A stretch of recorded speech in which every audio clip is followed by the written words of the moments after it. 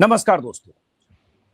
America और Israel के साझा हमले में ईरान को नुकसान तो बहुत हुआ। सुप्रीम लीडर खामेनेई समेत 40 से 50 कमांडर्स और लीडर्स मारे तो गए, लेकिन बीते 24-36 घंटे में जिस तरह से ईरान ने इजराइल पर लगातार हमले किए हैं, मिसाइलें दागी है, जिस तरह से मिडिल ईस्ट के देशों पर मिसाइलें बरसाई है, और खास करके बीते 12 घंटों में जो तस्वीरें आई हैं वो बेचैनी और चिंता के लिए है पूरी दुनिया के लिए। वो तस्वीरें ये हैं कि सऊदी अरब की रिफाइनरी, आरामको की रिफाइनरी पर मिसाइल गिरी है, रिफाइनरी को बंद कर दिया गया है। स्क्रीन पर जो तस्वीरें देख रहे हैं ये सरकारी रिफाइनरी की तस्वीर है। मैं चाहता हूं इसकी आवाज सुनिए आप। सायरन की आवाजें किसी रिफाइनरी से आ रही है।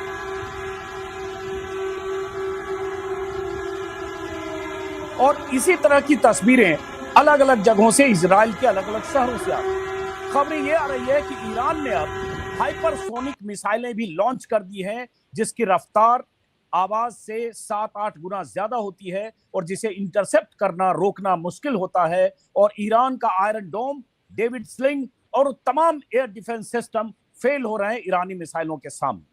और इस बीच जैसा कि मैंने कहा, मिडिल ईस्ट के देशों में खलबली है, क्योंकि कुवैत में कहा जा रहा है कि 3 ऐसे अमेरिकी जेट गिरे जो ईरानी मिसाइलों की जद में थे, या ईरानी हमले की वजह से अमेरिकी जेट क्रैश हुए। ये तस्वीरें कुवैत से आई है। और इस तरह की तस्वीरों के बीच अमेरिका का यह कहना कि हम इस लड़ाई को अंजाम तक पहुंचाएंगे, ईरान का यह कहना कि हम कुछ भी हो जाए पीछे नहीं हटेंगे। इसलिए मैंने टॉप बैंड लिखा है, मरने मारने को तैयार ईरान से कैसे जीतेगा अमेरिका या कैसे जीतेगा इजराइल। दुनिया के बाकी देशों की भूमिका क्या होगी? खबरें आ रही है कि फ्रांस, जर्मनी और ब्रिटेन भी ईरान के खिलाफ ताकत का इजहार कर सकते हैं या अमेरिका का साथ दे सकते हैं। तो तमाम तस्वीरों के बीच, चिंताओं और बेचैनियों के बीच ये समझने की कोशिश करेंगे कि क्या हम तीसरे महायुद्ध की तरफ तो नहीं बढ़ रहे हैं। और ईरान अगर इतना कुछ होने के बाद भी झुकने को तैयार नहीं है, और ईरान की अगर मिसाइल पावर 8-9 देशों में तबाही मचा रही है, तो इसके मायने क्या है? हमारे साथ 2 खास मेहमान हैं। शीतल पी सिंह, सत्य हिंदी के फाउंडर एडिटर, सीनियर जर्नलिस्ट, दुनिया भर में घूमते हैं, इसलिए तमाम तरह की जानकारियों से लैस रहते हैं। और मैं कई बार कहता हूं कि हम लोगों से ज्यादा अपडेट रहते हैं। कुर्बान अली साहब, वो सीनियर जर्नलिस्ट हैं, बीबीसी में लंबे अरसे तक रहे, देश के कई प्रतिष्ठित अखबारों की नुमाइंदगी उन्होंने की। हमारे साथ कुर्बान अली साहब। पहले मैं शुरू करता हूँ शीतल जी से। कुछ देर से बात हो रही थी लगातार कि जो खबरें शीतल जी आई, जो मैंने वीडियो जो स्क्रीन पर दिख रहा है कि सबसे बड़ी रिफाइनरी में से एक, वहां इस तरह से अटैक होना, और अब लग रहा है कि ईरान ने यह तय कर लिया है कि चाहे सिविलियन इलाका हो, चाहे किसी तरह का एस्टेब्लिशमेंट हो, होटल्स हो, कोई भी इलाका हो मिडिल ईस्ट के देश, वहां मिसाइलें दागी जाए ताकि वहां बेचैनी और छटपटाहट हो कि इस युद्ध को कैसे रोका जाए। पहले यह कहा जा रहा था कि जो मिडिल ईस्ट के 7-8 देश हैं वहां सिर्फ यूएस जो मिलिट्री बेस है वहां अटैक होगा, लेकिन अब ईरान ने पिछले 24 घंटे में कहें तो यहां वहां जहां तहां मिसाइलें दागी है, और अब खबर आ रही है कि हाइपरसोनिक मिसाइलों का इस्तेमाल हो रहा है। देखिए, ये जो हुआ है, अरामको में जो हमला हुआ है, ये हौतीज जो है, हूथी कुछ कहते हैं, HOUTHI, तो इन विद्रोहियों के ड्रोन अटैक से हुआ है। और इसमें आग लग गई थी, उसको उन्होंने फिर काबू पाया है, लेकिन कठिनाई हो गई और उससे बाजार में तेल के दाम 10% 12% बढ़ गए। क्योंकि अरामको बहुत बड़ी कंपनी है और बहुत बड़ी मात्रा में यहाँ से तेल की, और जिस सेंटर पे हमला हुआ है ये बहुत महत्वपूर्ण है उनका। तो ये बात, इससे ये लगता है जो ईरान के सहयोगी ग्रुप्स हैं, बहुत सारे शिया ग्रुप्स हैं विभिन्न देशों में, वो भी सब सक्रिय हो गए हैं। लेबनान से इन्होंने हिजबुल्लाह जो है, इन्होंने भी हमला कल किया था और इन पर हमला हुआ है जवाबी, तो ये इन्होंने शुरू कर दिया था। ईरान ने ज्यादातर कुवैत में हमले किए हैं, और जो आपने बताया ही कि कई जहाज गिरने की खबर की पुष्टि बीबीसी तक पे हुई है। अब उसमें खबरें फिर दूसरी तरफ से बनाई जा रही है कि वो जो है, जैसे आप दिखा भी रहे हैं कि ये जो है मिसाइल से नहीं हुआ, कुछ आपस में दोस्ताना फायरिंग जो हो जाती है इधर से उधर में, उसमें मारा गया, पता नहीं, लेकिन ये हुआ है कि उनके जहाज गिरे हैं, ये कबूल लिया गया है। नंबर 1 तो नुकसान होना बड़े पैमाने पे शुरू हुआ है। अमेरिका ने, पेंटागन ने ये कंफर्म कर ही दिया था कि उनके 3 सैनिक मारे गए हैं। और अमेरिकी सैनिक, और कई 1 दर्जन से ज़्यादा घायल हुए हैं। कुछ को कम चोटें हैं, लेकिन कुछ को अस्पताल ले जाना पड़ा है। तो नुकसान होना शुरू हो गया है।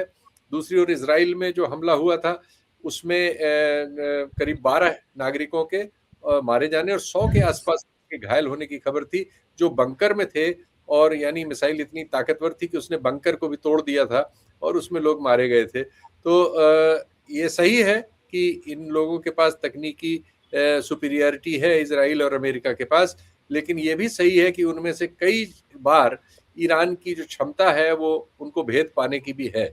कई बातें थोड़ा दोनों तरफ से एग्जैजरेशन होता है। जैसे यहाँ से कहा गया कि जो अब्राहम लिंकन नाम का जहाज उनका है, लड़ाकू जहाज, जो खाड़ी में इस समय पहुंचा हुआ है लड़ाई करने, उस पर हमला करने की ईरान की ओर से खबर आई थी, लेकिन वो खबर पुष्ट नहीं हो पाई, क्योंकि आजकल तो जो लड़ाई हो रही है सब नीचे ऊपर सब जगह से उसकी देखते रहते हैं सैटेलाइट्स और सब, और इन सब का आज नहीं तो नहीं, और कई बार मैं दर्शकों को भी थोड़ा इसमें आगाह कर दूं, शीतल जी आप सही कर, कई बार ऐसा हो रहा है कि बहुत सारे ऐसे वीडियो वार के 2 साल 4 साल 5 साल पहले के वार के वीडियो अचानक आ रहे हैं, इजराइल पर हमला हुआ चाहे ईरान पर हमला हुआ, और कई बार ऐसा है कि अनवेरिफाइड किसी और कंट्री की मिसाइल या स्काई में किसी तरह की जो ड्रोन अटैक की उसके वीडियो भी लोग चला दे रहे हैं। तो ये एक खतरे हैं कि आप तथ्य को समझने की बीच में कोशिश करते रहे। AI जनरेटेड बहुत आते रहते हैं। इजराइल की ओर से अभी लगातार एक खबर आ रही है, जो पुष्ट कहीं जिम्मेदार सोर्सेस से नहीं हो रही है, कि जो खमनेई साहब की जगह इंटरिम अरेंजमेंट हुआ था, रेजा अतारी या अजारी क्या नाम है, वो भी मारे गए। रेजा अराफी, वो मार दिए गए हैं। लेकिन अभी इसकी कहीं किसी जिम्मेदार मतलब संस्थान ने पुष्टि नहीं की है। इजराइल की ओर से खबरें आ रही हैं, तो दोनों तरफ से कुछ प्रोपेगेंडा भी होता है। कभी कभी उनमें से सच, अब खमनेई के मारे जाने की बात भी इन्हीं सोर्सेस से पहले आई थी, लेकिन बाद में वो पुष्ट हुई। तो ये सब भी चीज़ है, प्रोपेगेंडा भी है, लेकिन वॉर जो है वो गर्म होता जा रहा है। और ये नहीं हुआ है कि खमनेई के मारे जाने के बाद ईरान में कोई ऐसी पोजीशन आ गई हो कि एकदम सेना वेना हथियार डालने लगे, या कोई विद्रोह हो जाए, या जन विद्रोह हो रहा हो और वो मुकाबला करने से भाग खड़े हो, बल्कि उल्टा हुआ है। उस सब में तेजी आई है। जो भी उनकी सामर्थ्य है उसके साथ वो लड़ते हुए नजर आ रहे हैं, और उसकी वजह से दुनिया में बहुत सारे देशों में जहाँ शिया हैं और जहाँ नहीं भी हैं, वहाँ इन देशों के खिलाफ लोग जो है प्रदर्शन करते हुए आ रहे हैं। और जो मेरी सूचना है कि औसतन ईरान के पक्ष में एक मतलब मुस्लिम समाज में पूरे दुनिया में एक वातावरण इससे क्रिएट हुआ है। कुर्बान अली साहब, ईरान में जो हुआ और जिस तरह से ईरान में तमाम लोग कह रहे हैं कि ये सीधे सीधे किलिंग है, टारगेटेड किलिंग, कि आपने खामेनेई समेत 40-50 लोगों को टारगेट करके मार दिया, हत्या कर दी, और उसके बाद मनमानी पर उतरा हुआ अमेरिका, और उसके बाद ईरान का रिटेलिएशन। बहुत सारे लोगों को लग रहा होगा कि खामेनेई और उनके 40-50 लोग अगर मारे गए तो ईरान कमजोर होगा, सरेंडर करेगा, हथियार डाल देगा, घुटने टेक देगा, टॉक्स की टेबल पर आ जाएगा। लेकिन ईरान का जो रिटेलिएशन है, जवाबी कार्रवाई है, वो कहीं से इसका संकेत नहीं दे रहा है। तो इसको कैसे देखते हैं, संभावित खतरे को, और मिडिल ईस्ट और दुनिया के संदर्भ? अजीत अंजुम साहब, फारसी की एक मसल है, तंग आमद बजंग आमद। जब आदमी तंग हो जाता है तो वो जंग पे आमादा हो जाता है, और ईरान के साथ यही हुआ है। और ये ईरान के साथ कोई हफ्ते 10 दिन में हुआ हो, महीने 2 महीने में, साल 2 साल में, ऐसा नहीं है। लगभग 50 साल होने जा रहे हैं जब ईरान में रेवोल्यूशन हुआ था। अयतुल्ला खुमैनी आए थे, और जो शाह रज़ा पहलवी की हुकूमत थी, जो कि वर्चुअली अमेरिका की हुकूमत थी, उसको हटाने के बाद जब अयतुल्ला खुमैनी ने अपनी सरकार कायम की, यानी ईरानियों की सरकार कायम की, तब से वो इनके निशाने पर हैं। 10 साल ईरान और इराक़ का युद्ध हुआ, उसमें भी आप जानते हैं कि इराक़ के साथ उस वक्त अमेरिका और तमाम दूसरे देश खड़े हुए थे, और अरब देश भी खड़े हुए थे। लेकिन ईरान ना तो डरा ना सहमा, और उसने बहुत बहादुरी के साथ उस जंग को भी लड़ा। उसके बाद से इनके ऊपर सैंक्शन लगाए गए, और जो ये कि एटॉमिक पावर बन रहा है, उन सैंक्शंस के बारे में भी पूरी दुनिया जानती है कि जिस बेहतरीन ढंग से नेगोशिएशन किए हैं ईरानियों ने, पूरी दुनिया उसका लोहा मानती है। और ये कहा गया कि ईरानियों से बेहतर नेगोशिएटर शायद दुनिया में कोई दूसरा नहीं है, और बराक ओबामा को मानना पड़ा फाइनली, और उनके साथ में उन्होंने डील की।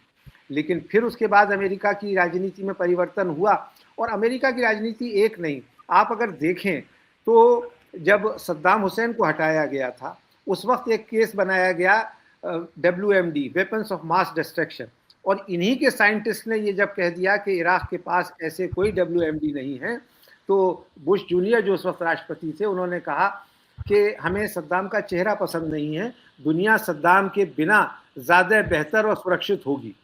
और उसके बाद वहाँ आपने देखा ही कि इराक में युद्ध हुआ, इराक पर कब्जा हुआ, अमेरिकी और ब्रितानी फौजों ने किया। ये लोग और अब पूरे तरीके से नंगई पर उतर आए हैं, ये किसी अंतर्राष्ट्रीय कानून को नहीं मान रहे हैं, संयुक्त राष्ट्र का कोई मतलब नहीं रह गया है, इंटरनेशनल कोर्ट ऑफ जस्टिस का कोई मतलब नहीं रह गया है। और ट्रंप ने अभी 1 महीने पहले जब ये मिडिल ईस्ट के लिए गजा प्लान किया था, आपने देखा ही होगा कि शर्म अल शेख में उसने 20-25 राष्ट्राध्यक्षों को बिल्कुल इस तरह से कि जैसे वो उसके नौकर हों, ब्रितानी प्राइम मिनिस्टर के साथ बोर्ड ऑफ पीस बना दिया अपनी तरफ से कि ठेकेदार हम हैं, अब जो मर्जी करेंगे। और कहा कि नहीं, जो मैं कहूंगा वो फाइनल होगा। इस अंदाज में हमने दुनिया में ये पहली बार किसी भी अमेरिकी राष्ट्रपति का ये रौद्र रूप देखा। और उसके बाद ठेका बोर्ड ऑफ पीस का अपने दामाद को दिया। जी हाँ, और उसके बाद ये कि साहब इजराइल को जो है वो किसी तरह का नुकसान नहीं पहुंचने दिया जाएगा, उसकी पूरी मदद की जाएगी। और गजा में आज भी लोग तड़प रहे हैं, ह्यूमन राइट्स की तरफ से जो एड जानी थी वो नहीं उनको मिल पा रही है, और बुरा हाल है। लेकिन इस बीच में अब ईरान को तबाह करने का उन्होंने ठेका ले लिया। अब इसमें उनके कई जो है ना, एक तीर से कई निशाने लग रहे हैं। एक तो विद इन अरब वर्ल्ड जो मुस्लिम वर्सेस मुस्लिम हो सकता है, शिया सुन्नी तो अभी छोड़ ही दीजिए, उसमें ये हो गया कि अब ईरान जो है वो कतर पर भी हमले कर रहा है, UAE पर भी कर रहा है, सऊदी अरब पर भी कर रहा है, कुवैत पर भी कर रहा है। तो जो आपने अपने इंट्रोडक्शन में कहा, लगभग तीसरी आलमी जंग जो थर्ड वर्ल्ड वॉर का सिनेरियो तो बन चुका है। ये कितना खिंचेगी ये तो अब अमेरिका और इजराइल को तय करना है, क्योंकि ईरान के ऊपर तो ये लाद दी गई है। ईरान के पास अब कोई ऑप्शन नहीं है पीछे हटने का। वो अगर आज सीज फायर का भी ऐलान करे तब भी ये लोग उसको मानने वाले नहीं है। तो इसलिए अब उन्होंने कसम खा ली है आखिरी सांस तक लड़ने की, और वो लड़ेंगे। और उनका पिछले 50 साल का ये ट्रैक रिकॉर्ड बताता है कि वो कभी भी किसी भी धमकी में नहीं आए हैं। नुकसान उन्हें उठाना पड़ा है, बहुत हालात ख़राब हैं, महंगाई बहुत ज़्यादा है, इकोनॉमी शटर हो गई है, उनके पास में बुनियादी सेवाएं नहीं हैं, दवाएं नहीं हैं, मगर वो किसी भी कीमत पर झुकने के लिए तैयार नहीं है। और ट्रंप की ये डिक्टेशन मानने को तैयार नहीं है कि साहब रिजीम चेंज कर लीजिए तो हम यहाँ सब कुछ ठीक हो जाएगा। ट्रंप ने सोचा था कि जैसा वेनेजुएला में उन्होंने किया, राष्ट्रपति को वहाँ से उठा करके, और वहाँ चूं भी नहीं हुई, एक चींटी भी नहीं मरी, वैसा ही शायद ईरान में भी हो जाएगा। लेकिन ईरान से मैसेज अभी आ रहा है कि बड़ी तादाद वहाँ रिजीम चेंज के लिए तैयार नहीं है। हालांकि उन्होंने अपना प्लान बी बना रखा है, वही शाह रजा पहलवी के बेटे को वो भेजना चाहते हैं वहाँ का नया शासक बना करके, ताकि अपनी हुक्मरानी वो सीधे तौर पर कर सके। लेकिन वो फिलहाल होता हुआ नजर नहीं दिख रहा। शीतल जी, जो खबरें आ रही है जैसे ओमान के तेल टैंकर पर, दुबई के तेल टैंकर पर, UAE के तेल टैंकर पर हमले हुए, सही आपने कहा कि जो ये सऊदी अरब में रिफाइनरी पर ड्रोन अटैक हुआ है उसको लेकर खबरें हैं कि हुती ने किया या कोई सपोर्ट में जो ऑर्गेनाइजेशन होते हैं उसने किया, ईरान ने किया। अब इसको लेकर तमाम तरह की बातें, लेकिन तेल टैंकर पर हमले और इस बीच होर्मुज की खाड़ी में, स्ट्रेट ऑफ होर्मुज से पता चल रहा है कि 200 टैंकर्स वहां फंस गए हैं। तेल की कीमतें 9-10% बढ़ रही है और एक नया संकट विश्व के सामने होगा, क्योंकि ईरान के लिए होर्मुज को डिस्टर्ब करना बहुत मुश्किल नहीं है, क्योंकि उसके मुहाने पर बैठा है। और दूसरी तरफ ओमान है जो ईरान का उस तरह से दुश्मन नहीं है, बल्कि वो तो मध्यस्थता करता रहा अब तक। तो एक दूसरा संकट यह है। अब मैं एक मुकम्मल व्याख्या अगर यहां से देखें कि एक तरफ ईरान का घुटने टेकने की बजाय डू और डाई की तरह, टग ऑफ वार की तरह ईरान कूदा है। अभी खबर आ रही है कि 500 से ज्यादा, जो कैलकुलेशन है, जो दावे हैं, 500 से ज्यादा ईरान में लोग मारे गए, कमांडर्स, लीडर्स जो भी है। और आपने सही कहा, जिक्र उनका भी है कि अराफी को भी एलिमिनेट कर दिया गया। बावजूद इसके ईरान अगर इस तरह से रिटेलिएट कर रहा है तो इसको क्या अमेरिका समेट पाएगा, इजराइल समेट पाएगा? ये वेनेजुएला नहीं है। ये तो सही है कि ये वेनेजुएला नहीं है, लेकिन ये जरूर है कि ईरान को दिक्कत तो है, चूंकि पूरा एयर उनका स्पेस जो है इन पश्चिमी इन दोनों के मतलब अमेरिका और इजराइल के कब्जे में है, और उनको ये एक सुविधा है कि वो बिना अपना सैनिक जमीन पे उतारे खतरे में डाले ऊपर से हमले करके इनके लोगों को मार रहे हैं, इनकी लीडरशिप को मार रहे हैं और गलत भी निशाने लगाए हैं, जैसे 150 से ज्यादा बच्चे मारे गए हैं। एक स्कूल पे मार दिया था, गांधी जी के नाम पे एक अस्पताल है तेहरान में, उस पे बमबारी हुई है। एक अस्पताल WHO का है उसी के आसपास वाली स्ट्रीट पे, चूंकि उस पता नहीं किस वजह से वहां इन लोगों ने बमबारी की, जबकि माना जाता है कि इनके पास बड़ा प्रिसाइज बॉम्बिंग का सिस्टम है और इनके पास जो फील्ड पे भी मतलब मुखबिर बहुत हैं। जब जैसे इनको पता था कि किस बिल्डिंग में वो लोग मीटिंग कर रहे हैं तो मार दिया, खमनई को जैसे मारा। इसके पहले भी जून में भी जब हमले किए थे तो खबरें आई थी कि बहुत उस समय भी एक बड़ी लीडरशिप को इन्होंने साफ कर दिया था। तो यानी इनके पास ह्यूमन इंटेलिजेंस भी बहुत है, टेक्निकली बहुत सुपीरियर पोजीशन में है, और ईरान के पास स्काई में लड़ने की क्षमता नहीं है। वो जमीन पे लड़ सकता है या मिसाइलों से मुकाबला कर रहा है, तो वो एक इनको थोड़ा एडवांटेज है। तो ईरान की ओर से टैक्टिकल फाइट ही होगी, जिसमें जो आपने हॉर्मुज़ स्ट्रेट की बात की, अभी बंद नहीं किया है ईरान ने, लेकिन बीमा कंपनियों ने, दरअसल ये धंधा बिना बीमा कंपनियों के नहीं चल सकता, तो बीमा कंपनियों ने बीमा कैंसिल कर दिए हैं 3 दिन पहले ही, लड़ाई शुरू होने के अगले दिन ही उन्होंने कर दिया था, एक टैंकर पे एक गोलाबारी के बाद। तो इंश्योरेंस न होने से इस धंधे पर तो असर पड़ गया है और ये रोज बढ़ेगा इसका दाम।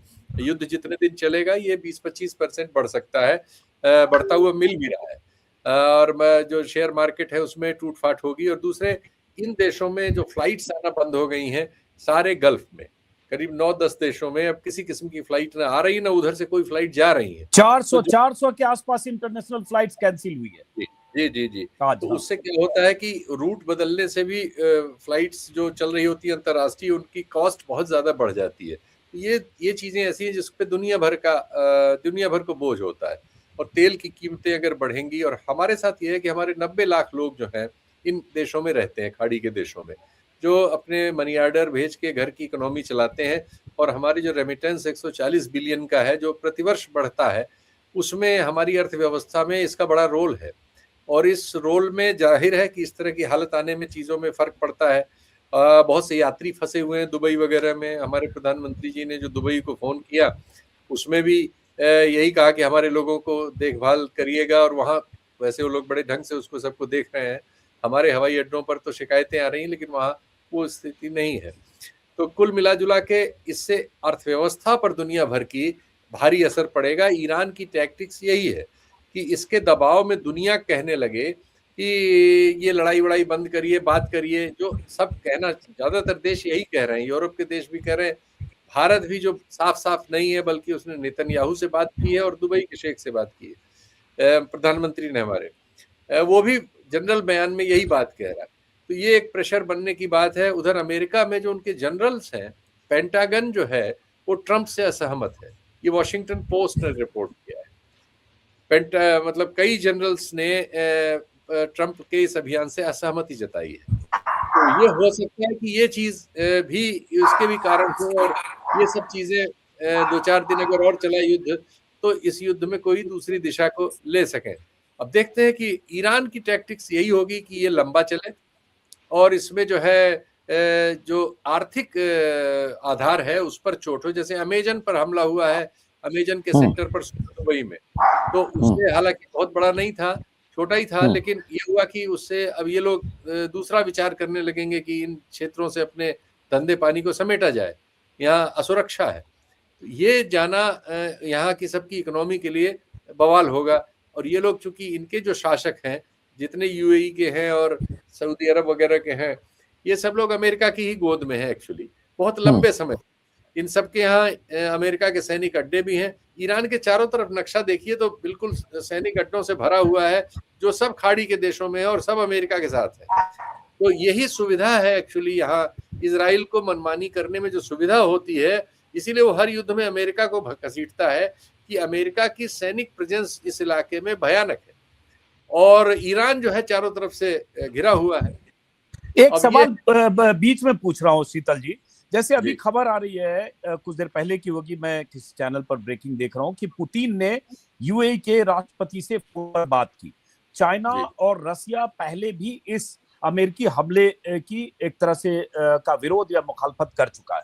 अब मिडिल ईस्ट में जिस तरह से ये पसर रहा है मामला, उसके बाद पुतिन का इस तरह से यूएई के हेड ऑफ स्टेट से बात करना, चाइना और रसिया किसी ढंग से इंगेज अगर हो गया तब तो ये लड़ाई किसी दूसरी दिशा में जाएगी, लेकिन उसके प्रेशर से भी सही, क्या अमेरिका इस युद्ध को समेटने के लिए मजबूर हो सकता है क्या? नहीं, चाइना और रशिया यही कोशिश करेंगे ईरान की मदद के लिए। कुछ तो हार्डवेयर में मदद वो करते हैं, युद्ध के दौरान किस तरह से कर रहे होंगे हम लोगों को नहीं पता चलेगा कभी। हाँ, टेक्नोलॉजी, सर्विलांस। हाँ, चाइना की मदद वो जो अमेरिकी हवाई अड्डे पे पहले दिन जो हमला हुआ था उनके 5वें नेवल बेस पर, तो ऐसी मिसाइलों को सैटेलाइट सपोर्ट देना पड़ता है इंफॉर्मेशन का, कि वो सुरक्षा के जो उपकरण होते हैं उनको मतलब उनको वैसिलेट करके और मोर्चे तक पहुंच जाए। तो उसमें नेविगेशन का जो काम होता है, जैसा उसकी व्यवस्था सिर्फ अमेरिका के पास है और चीन ने अभी विकसित की है, एक हद तक, पूरी नहीं की है, शायद अगले साल उसकी पूरी हो जाएगी। उसमें 30,000 जिसका कहा गया, जिसका इस्तेमाल चीन ने भारत के खिलाफ भी किया था, पाकिस्तान के साथ, जो भारत के खिलाफ पाकिस्तान के लिए किया था कहा जाता है, और वैसा ही इस्तेमाल कहा जाता है कि जो 5वें उनके उस पर नेवल फ्लीट पे जो हमला हुआ है, वो बहरीन में वाला वो हमला उसी तरह के नेविगेशन सपोर्ट से संभव था और वो हुआ है। तो इस तरह का होगा, लेकिन वो ओपनली नहीं कहेंगे कि हम इसमें हैं, चूंकि उनके ओपनली कहते ये थर्ड वर्ल्ड वॉर वाली सिचुएशन हो जाएगी और वो सिचुएशन से अभी वो लोग अपने को बचाना चाहेंगे। चीन तो बचाना ही चाहता है, क्योंकि चीन की जो अपनी रणनीति है लॉन्ग टर्म है, उसमें यह है कि हमें 5-7 साल उनको हाई एंड टेक्नोलॉजी में अभी और काम करने की जरूरत है, तब वो अमेरिका को उस एरिया में भी या तो कॉम्पीट करेंगे या पछाड़ देंगे, और तब वो अमेरिका उस हालत में नहीं रह जाएगा कि वो जहां चीन हो वहां वो पंगे करे। और अभी जो जैसा अमेरिका के पक्ष में है ये बात कि उन्होंने दक्षिण अमेरिका में एक राष्ट्रपति को किडनैप कर लिया, उठा के उसके घर में से अपने यहाँ जेल में डाल दिया। ये लोग भी वहां हैं, लेकिन वहां ये उसमें बहुत रोकथाम नहीं करने की हालत में है। वेनेजुएला में भी चीन और रूस दोनों थे। क्यूबा पे खतरा है, मैक्सिको और वो क्या नाम है कोलंबिया, उनके राष्ट्रपति वगैरह मतलब अपना स्टैंड ले ही चुके हैं। ब्राजील के राष्ट्रपति बनते रहते हैं। तो लैटिन अमेरिका के तो सारे देश, तो अमेरिका उनको अपना हेमिस्फेयर बता रहा है, ये मतलब हमारी कॉलोनीज हैं। तो एक नए कॉलोनियल दौर में हम लोग धीरे धीरे पहुंचाने की कोशिश हो रही है। इसको रोकने के पहले जैसे सोवियत संघ था, वो हालत चीन की आने में भी 4-5 साल टेक्नोलॉजिकली बाकी है, जैसा चीनी रणनीति के बारे में विश्लेषण करने वाले लोग कहते हैं। तो अभी ये लोग नहीं करेंगे कि इसमें कोशिश करेंगे कि इस तरह से उन लोगों से दबाव डलवाएं जिनके आर्थिक नुकसान हो रहे हैं।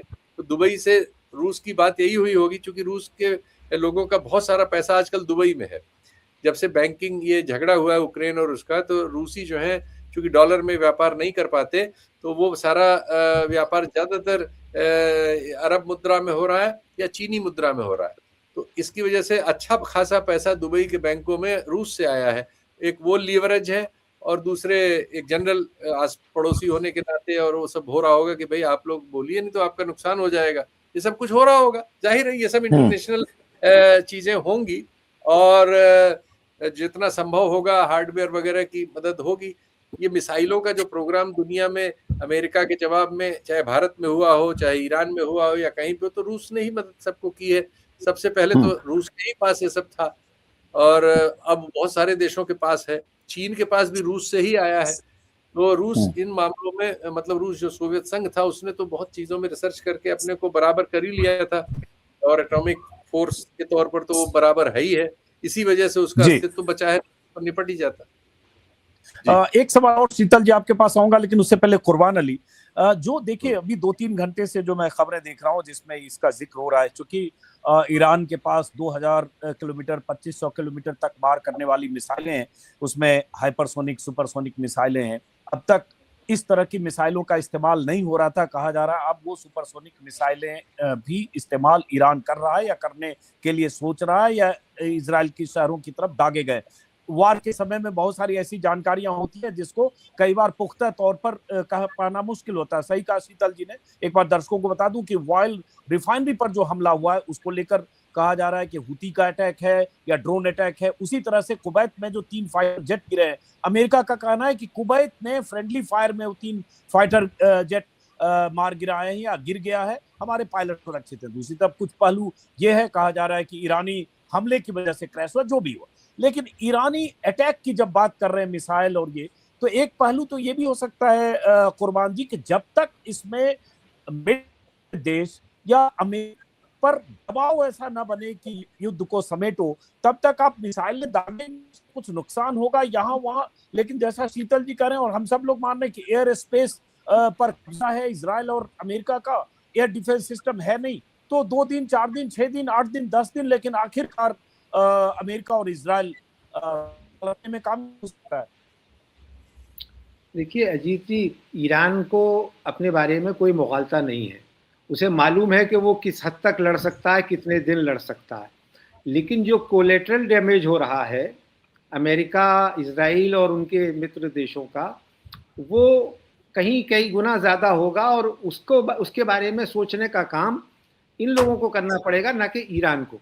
ईरान को तो अब मालूम है कि हम तो अब फाइट टू फिनिश है, ये हमारे वजूद की लड़ाई है, अस्तित्व की लड़ाई है, हमारी लीडरशिप को ख़त्म कर दिया, हमारे हर तरह से हमको तबाह बर्बाद करने की कोशिश है।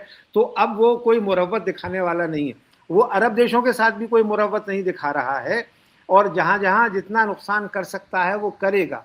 लेकिन इस वक्त सबसे बड़ी बात तो यह है कि इंटरनेशनल कम्युनिटी आखिर है कहाँ, वो तो कहीं नजर ही नहीं आ रही है। और उसमें दुनिया का सबसे बड़ा लोकतंत्र यानी हमारा देश, उसने तो ऐसी खामोशी और ऐसी बेशर्मी तारी कर रखी है अपने ऊपर कि उसका कोई रोल ही नहीं रह गया है। और बल्कि ये एक तरह से देखने को मिल रहा है कि अभी 3 दिन पहले हमारे प्रधानमंत्री वहाँ नेतन्याहू से बगलगीर होकर के आए हैं और इजराइल की पीठ थपथपा के आए हैं। और हमारी जो एक लाइन महात्मा गांधी के ज़माने से थी 1938 से लेकर के आज तक, प्रो फलस्तीन और इजराइल के खिलाफ, वो तो पूरी तरह से ध्वस्त हो गई। उसका तो कोई मतलब ही नहीं रह गया है। तो जब इंटरनेशनल कम्युनिटी का कोई इंटरवेंशन नहीं है, कोई इंटरनेशनल ऑर्गेनाइजेशन का कोई रोल नहीं है, यानी 4 दिन हो गए जंग को, सिक्योरिटी काउंसिल की मीटिंग होती है आमतौर पर जब कभी कोई हमला होता है, यूनाइटेड नेशन सिक्योरिटी काउंसिल की पता ही नहीं है। यूएन सिक्योरिटी यूनाइटेड नेशन का जो जनरल सेक्रेटरी है वो कहाँ है, क्या कर रहा है, किसी को नहीं मालूम है। और उसको सबको मालूम है कि भाई ट्रंप दादा ने कह दिया है कि साहब खबरदार, और हमारे पैसे से तो तुम काम करते हो, इसलिए हम तो तुम्हें एक पैसा नहीं देंगे। तो वो सब जो है बिल्कुल दम बखुद होकर के अपने घरों में बैठे हुए हैं। अब जिसको कहते हैं कि इस जंग का खुदा ही मालिक है, क्योंकि इसके बारे में कुछ नहीं कहा जा सकता। जिन्होंने जंग शुरू की है उन्हें ही ये कॉल लेना पड़ेगा कि वो आखिर इस जंग को किस हद तक ले जाएंगे। उसमें अर्थव्यवस्था का मामला जैसा कहा गया अभी वो ज़्यादा आएगा, या कोलेटरल डैमेज और ज़्यादा होगा, या और अरब वर्ल्ड की नुकसानात होंगे जैसे आरामको में हुआ है। इस तरह की अगर कोई 2-4 बड़े मेजर चीज़ें हो गई तो आप समझिए कि दुबई के लिए टिका रह पाना मुश्किल हो जाएगा। Abu Dhabi, Dubai, Kuwait, Qatar, और कतर तो सबसे बड़े निशाने पर है, क्योंकि अगर वहाँ सही तरीके से ईरान ने कोई अटैक कर दिया, और जो कि जिसकी संभावना पूरी तरह से है, क्योंकि मरता क्या ना करता वाली स्थिति में है अब, इसलिए उससे किसी तरह की मुरव्वत की आप उम्मीद नहीं कर सकते हैं। लेकिन आज सबसे बड़ा सवाल यही है कि दुनिया के तमाम बड़े देशों, ये सिर्फ मामला चीन और रूस तक सीमित नहीं है। फ्रांस क्या कर रहा है, जर्मनी क्या कर रहा है, ऑस्ट्रेलिया क्या कर रहा है। इराक युद्ध हो रहा था तो तब सारे देश इन्वॉल्व थे, सारे जगह प्रदर्शन हो रहे थे। अभी अफसोस की बात यह है कि पूरी दुनिया में उसके खिलाफ जैसे गजा को लेकर के प्रदर्शन हुए थे वैसे प्रदर्शन देखने को नहीं मिल रहे। तो मुझे लग रहा है कि आम लोग जो हैं वो उन सबके ऊपर या तो कोई दहशततारी हो गई या वो विरोध नहीं कर पा रहे हैं। वरना तो क्या मतलब था कि इतनी बड़ी घटना हो जाए, तीसरा विश्व युद्ध वर्चुअली शुरू हो जाए और पूरी दुनिया खामोश बैठी हुई। भारत के कुछ हिस्सों में अब उसको रंग दे दिया जाता है कि साहब ये तो शिया कर रहे हैं। शिया और सुन्नी का सवाल नहीं है। अलीगढ़, लखनऊ, कश्मीर और दक्षिण के कई शहरों में, हैदराबाद में बड़े बड़े प्रदर्शन हो रहे हैं और हमारा मीडिया तो उसको रिपोर्ट करता ही नहीं है। लेकिन जो बाकी दुनिया में होने चाहिए थे वो नहीं हो रहे हैं, इस पे मुझे हैरत हो रही है। और वो क्यों नहीं हो रहे हैं ये बात समझ में नहीं आ रही। आखिरी क्लोजिंग रिमार्क शीतल जी, भारत के संदर्भ में देखिए, कांग्रेस ने सख्त प्रतिक्रिया जताई खामेनेई की किलिंग के बाद और इजरायली अमेरिकी हमले के बाद, और बहुत सारे जो इस तरह के लोग हैं जो ईरान और भारत के संदर्भों का जिक्र करते हुए नेहरू काल से लेकर और हाल के वर्षों तक, और उस लिहाज से लोग एक्सपेक्ट कर रहे हैं कि कम से कम ईरान की संप्रभुता पर अगर अमेरिका ने, इजराइल ने हमला बोला है और वहां के सुप्रीम लीडर जो वहां के लिए हेड ऑफ द स्टेट है उनकी सीधे सीधे किलिंग की है, तो भारत बयान के हिसाब से रस्म अदायगी भी तो करे कि किसी संप्रभु देश पर इस तरह के हमले के हम पक्ष में नहीं है। लेकिन भारत की चुप्पी है, इसको कैसे देखते हैं, या यही जरूरी है भारत के लिए? देखिए, भारत की नीतियों का अब विमर्श से निर्धारण नहीं हो रहा है, न संसद में, और हम इतने तो प्राइवी हैं कि कैबिनेट में भी कोई बात नहीं होती और किसी कैबिनेट में ये तय नहीं हुआ है। ये मोदी जी की निजी राय है और उन्होंने पूरी हमारी विदेश नीति को उल्टा खड़ा कर दिया है। अभी पिछले साल ही या पिछले साल के पिछले राष्ट्रपति जब वहाँ के दिवंगत हुए थे ईरान के, तो हमने एक दिन का राष्ट्रीय शोक किया था। आज उनके सर्वोच्च नेता की हत्या हुई है और भारत की ओर से एक लाइन की टिप्पणी तक नहीं है। ये जो परिवर्तन हुआ है एक साल में खुद मोदी जी के द्वारा, मोदी जी जब 16 में ईरान गए थे, उस समय का उनका अगर भाषण सुने तो उसके हिसाब से आपको समझ में आएगा कि वो ईरान की वो तारीफें कर रहे थे और चाबहार पर उन्होंने जो इंटरव्यू दे रखे थे। और हमने $120 मिलियन चाबहार में अभी पिछले साल रिलीज किया है ईरान को उपकरण खरीदने। मैंने वो यात्रा कवर की थी और मैं तेहरान में था जब हमारे प्रधानमंत्री फारसी के शेर पढ़ रहे थे। बताइए, तो ये जो मतलब समरसाल्ट किया है नीति का, ये कहीं हमारे मतलब लोकतांत्रिक देश में ये सब इतना बड़ा फर्क लाने के लिए तो बड़ी आपस में बातचीत की जाती है। कम से कम अपनी पार्टी में ही बात करते, अटल जी का या सबका, और आपका खुद का अपना पुराना इंस्टेंस क्या था, और एकाएक आप 27 को इजराइल से लौटते हैं, 28 को ईरान पे हमला होता है और इजराइल ही शुरू करता है। तो ये सब कमाल हो रहा है। दुनिया में आप ही हैं जो उसको लेजिटिमेसी दे रहे हैं इस समय, जिसके खिलाफ 177 यूएन रेजोल्यूशन पास हैं दादागिरी के मामलों में, और 120 से ज्यादा। और आप नेतन्याहू से बात कर रहे हैं, यूएई के प्रिंस से बात कर रहे हैं, लेकिन आप ईरान पर क्यों नहीं बोल रहे हैं, सीधे सीधे 500 लोगों को मारा गया जिसमें लीडरशिप को खत्म कर दिया गया। यही मतलब, तो आप ये सब जो हुआ है ये असाधारण है। लेकिन अब हमारे देश में भी बहुत सारी चीजें असाधारण हो रही हैं, जैसे दुनिया में ट्रम्प साहब की वजह से हो रही हैं, हमारे देश में अब क्या कहा जाए, जो है आप सबको पता ही है। तो ये सब कुल मिला जुला के हम एक अजीब सी स्थिति में हैं। अब ये सब खत्म हो तब इस पर सब पर बात शायद हो इस देश में, अगर हो पाए तो, वरना आखिरी कुर्बान जी, आखिरी आप भी, कि मोदी ने अपना स्टैंड तय कर लिया, घोषित तौर पर नहीं, लेकिन सीधे सीधे नेतन्याहू और अमेरिका के साथ मोदी है और ईरान के साथ नहीं है। देखिए, मैं आपको फिर याद दिलाऊं कि इराक युद्ध के दौरान जो ब्रिटानी प्राइम मिनिस्टर थे टोनी ब्लेयर, उन्हें अमेरिका का विदेश मंत्री कहा जाता था।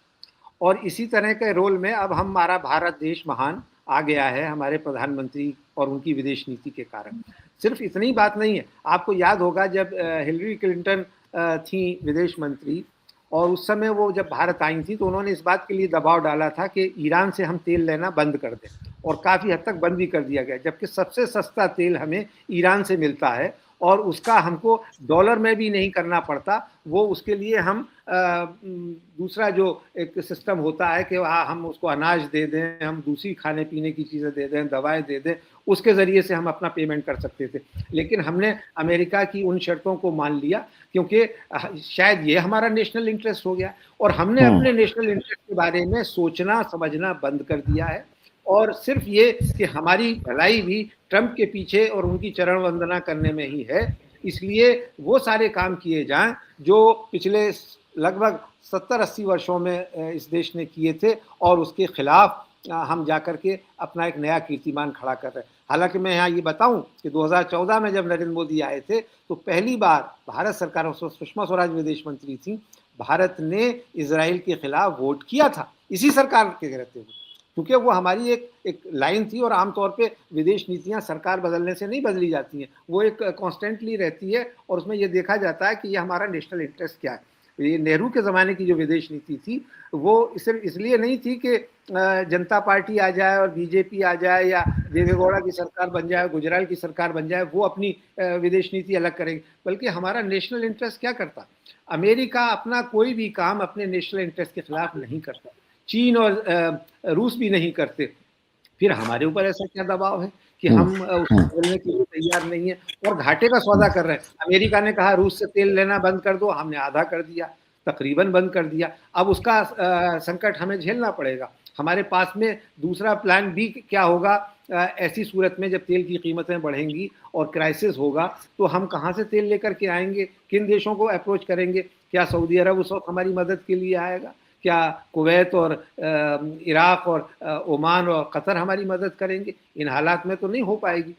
ऐसे में हमारे पास कोई प्लान बी होना चाहिए, वो नहीं है। और विदेश नीति तो पूरी तरह से ध्वस्त हो चुकी है।